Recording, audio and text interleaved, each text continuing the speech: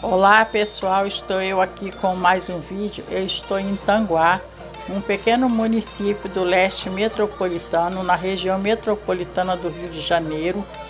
E esse município ele tem 34.300 habitantes aproximadamente. É o município menos populoso do Grande Rio. E o seu desmembramento do município vizinho de Itaboraí é relativamente recente. Atualmente, Tanguá tem sido bastante visitado por vários turistas por conta da Lagoa Azul. É uma lagoa que se formou através da extração do minério.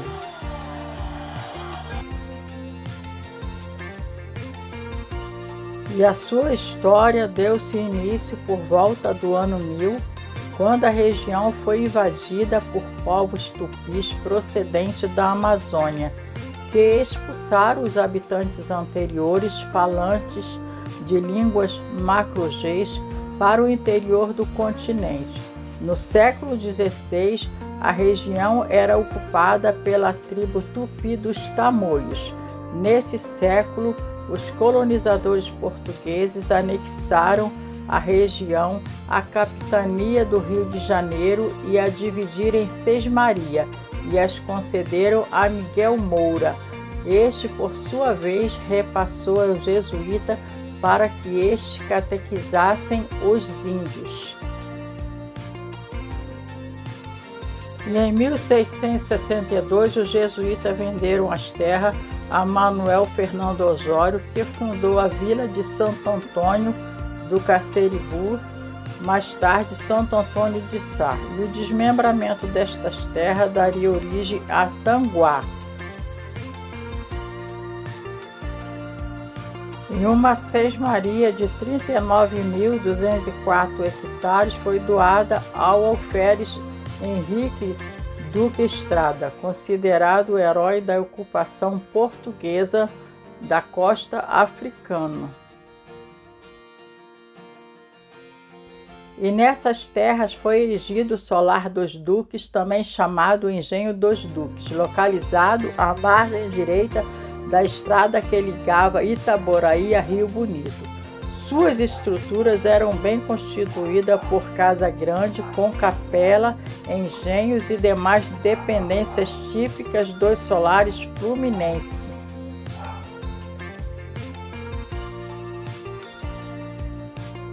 E em 1847, o solar hospedou a comitiva do imperador Dom Pedro II, que fez uma viagem para conhecer a região norte fluminense, e especialmente para inspecionar as obras do canal Campos-Macaé, quando retornava para a corte no Rio de Janeiro. E no século XVIII, Dom João VI concedeu a Pedro Freire Ribeiro uma sesmaria com uma légua quadrada, onde passava o rio Tanguá, que fazia limite com as terras dos sertões da localidade chamado Posse dos Tanguá, expandindo o território que atualmente é o município.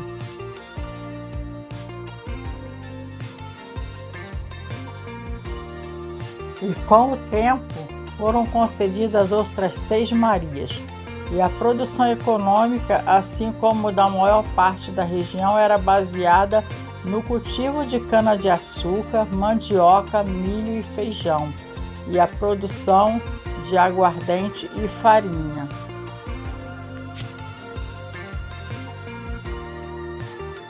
E em 17 de março de 1878 foi inaugurada a estação ferroviária de Tanguá.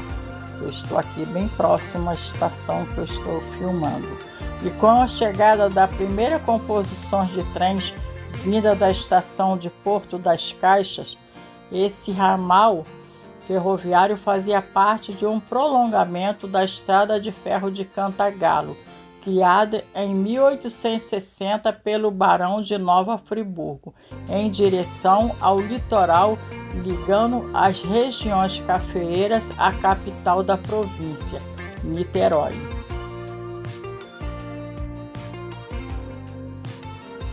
E há uma previsão para a utilização da estação ferroviária para a sede do Centro de Memória e Patrimônio de Tanguá, onde serão expostas informações através de uma exposição permanente da história da ferrovia e da cidade. E nas imediações da estação ferroviária de Tanguá surgiu um pequeno povoado constituído de casas residenciais, comerciais e armazéns auxiliares do embarque das mercadorias, e a partir de 1920 tornou-se o principal escoadouro da produção da usina Tanguá. É desse período um armazém e casas geminados que fica na proximidade da estação. E a sede do povoado passou a contar com abastecimento regular de água em finais do século XIX, quando ali foi instalado um chafariz erguido pelo coronel Luiz Pereira dos Santos, com o apoio do governo Floriano Peixoto.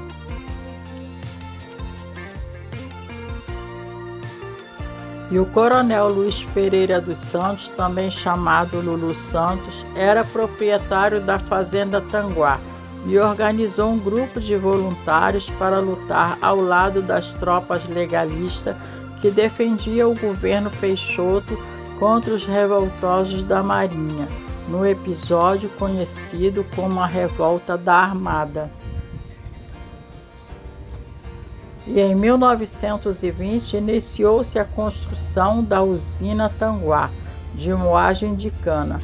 Como resultado, a estação ferroviária de Tanguá passou a ter grande importância, já que dela saíam o açúcar e o álcool, produzidos pela usina com destino a Niterói e ao Rio de Janeiro, onde eram comercializados. E a usina operava no sistema de moagem anuais, sendo que a maior parte da população trabalhava no plantio e no corte de cana. 13 anos depois, essa usina era a única do Brasil a destilar álcool anidro. E em virtude dessa importante atividade econômica, a Vila Tanguá foi elevada à condição de 5º distrito de Itaboraí. E nesse período, as terras da usina eram subdivididas e chamadas de fazendas. Sua produção de cana era destinada à usina Tanguá, que além de açúcar e álcool produzia o melaço, só que em menor escala. E devido a dificuldades financeiras, a usina fechou em 1970, mas as suas atividades marcaram a identidade local e centralizaram o trabalho agrário. E após o fechamento da usina, no mesmo prédio foi instalada a Companhia Brasileira de Antibióticos, considerada, enquanto em operação, a maior indústria farmacêutica da América do Sul na produção de antibióticos. Na mesma década de 1970, foi descoberta em Tanguá uma das maiores reservas de fluorita do Brasil, mineral que, como o calcário, representa atualmente uma das maiores riquezas minerais do estado do Rio de Janeiro. E em 1969, a Embratel inaugurou em Tanguá a primeira estação terrena de comunicações por satélite do Brasil.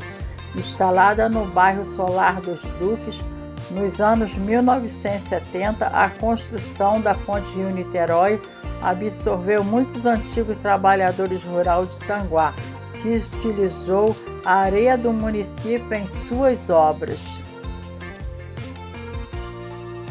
E em 6 de abril de 1950, um grave acidente ferroviário de grandes proporções ocorreu com mais de 100 vítimas fatais. A causa apontada para o evento foi: as águas do rio foram desviadas do seu leito natural, ficando muito próximas da cabeceira da ponte, provocando erosão. O trem, conhecido como Noturno Campista, com 5 vagões e uma locomotiva, caiu no rio Tanguá após o aterro da cabeceira da ponte ferroviária ter ruído pelas forças das correntezas das águas do rio, após forte chuva.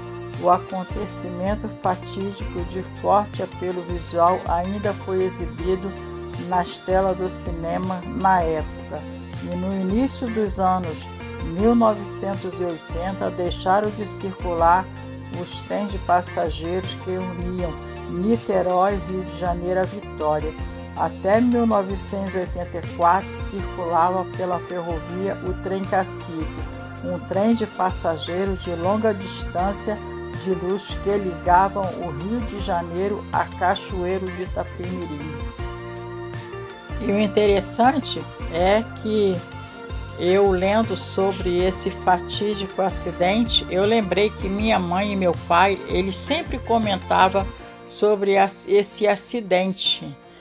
Diz que o maquinista ele foi avisado previamente pelo outro maquinista que antecedeu ele, que passou pela ponte e sentiu a ponte ruir e avisou para ele que haveria perigo, mas mesmo assim ele passou e aconteceu essa tragédia. E a principal rodovia que dá acesso ao município de Tanguá é a BR-101. Então, pessoal, o que vocês acharam do vídeo? Faça o seu comentário, deixe o seu like, não se esqueça de se inscrever no canal e até o próximo vídeo.